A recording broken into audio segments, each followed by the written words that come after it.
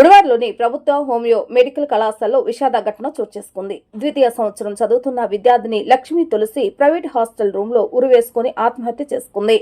నర్సాపురం సమీప గ్రామానికి చెందిన లక్ష్మీ తులసి గుడివాడ గురురాజు ప్రభుత్వ హోమియో మెడికల్ కళాశాలలో చదువుతుంది. ఈ రోజు కాలేజీకి రాకపోవడంతో అనుమానం వచ్చిన సహచర విద్యార్థులు ఆమె ఉంటున్న ప్రైవేట్ హాస్టల్ రూమ్ కు వెళ్లి చూడగా లక్ష్మీ తులసి ఉరివేసుకుని వేలాడుతూ కనిపించింది. వెంటనే విషయాన్ని కళాశాల ప్రిన్సిపల్ కు సమాచారాన్ని అందజేశారు. ప్రిన్సిపల్ పోలీసులకు లక్ష్మీ తులసి బంధువులకు సమాచారం ఇచ్చారు. మృతదేహాన్ని పోస్టుమార్టం నిమిత్తం గుడివాడ ఏరియా హాస్పిటల్ కు తరలించారు. సమాచారాన్ని అందుకున్న లక్ష్మీ తులసి తల్లిదండ్రులు హుటాహుటిన హాస్పిటల్ కు చేరుకున్నారు. కుమార్తె భౌతిక కాయాన్ని చూసి కన్నీరు మున్నీరు అయ్యారు. ఈ ఘటనతో హాస్పిటల్ ప్రాంగణం శోక సముద్రమైంది. గుడివాడ 120 పోలీసులు కేసు నమోదు చేసి దర్యాప్తు చేస్తున్నారు. ఆత్మహత్య గల కారణాలు తెలియాల్సి ఉంది.